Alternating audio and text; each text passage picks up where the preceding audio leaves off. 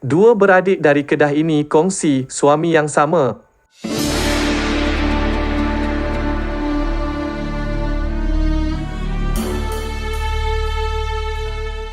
Dua beradik dari Kedah ini kongsi suami yang sama. Seorang wanita tidak menyangka masih bermadu dengan kakak kandungnya sendiri selama lebih 10 tahun selepas ditipu bulat-bulat oleh suami yang kononnya telah menceraikan isteri pertama untuk menghalalkan hubungan mereka. Lelaki hidung belang terbabit licik apabila mengambil kesempatan di sebalik keretakan hubungan dalam keluarga dua beradik perempuan itu sehingga mereka tidak lagi bersua muka. Mendedahkan perkara itu, Peguam Syariah Nur Syahidatul Aisyah berkata kes tersebut difailkan seorang wanita berusia lingkungan 30-an yang memiliki 3 orang anak dari sebuah daerah di negeri ini melalui pihaknya 2 tahun lalu. Menurutnya, wanita terbabit meragui statusnya sebagai isteri yang sah selepas mengetahui suaminya berusia 60-an dan kakak berumur 50-an sebenarnya tidak pernah bercerai.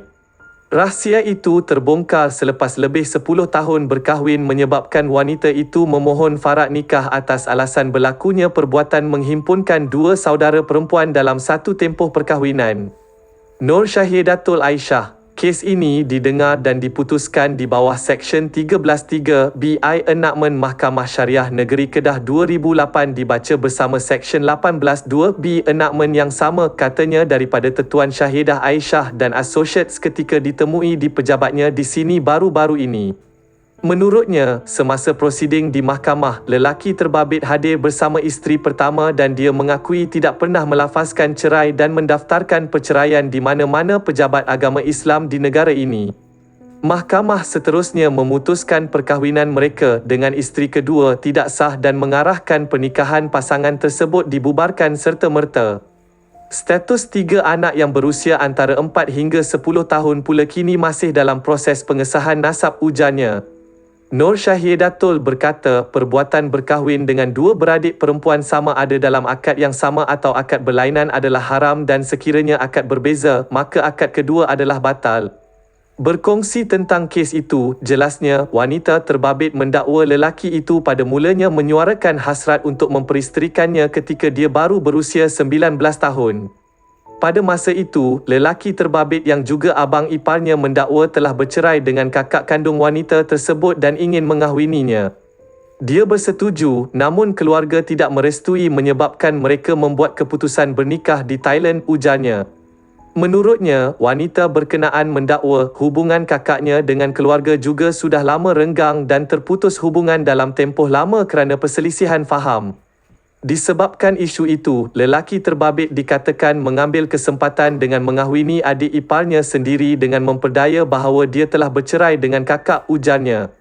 Katanya, dia hanya mengetahui tentang rahsia tersebut selepas 10 tahun melayari perkahwinan. Rahsia itu terbongkar selepas ada pihak memaklumkan suami dan kakak kandung saya masih suami isteri yang sah dan mereka ada 3 anak berusia antara 19 hingga 30 tahun, ujarnya. Menurutnya, semasa prosiding di mahkamah, lelaki terbabit yang hanya bekerja kampung didapati tidak pernah melafazkan cerai terhadap kakak kerana tiada bukti atau dokumen berkaitan perceraian tersebut. Selain itu, perkahwinan yang berlangsung di Thailand antara adik dengan lelaki itu juga didapati tidak sah kerana menggunakan idmat nikah siam yang meragukan, katanya.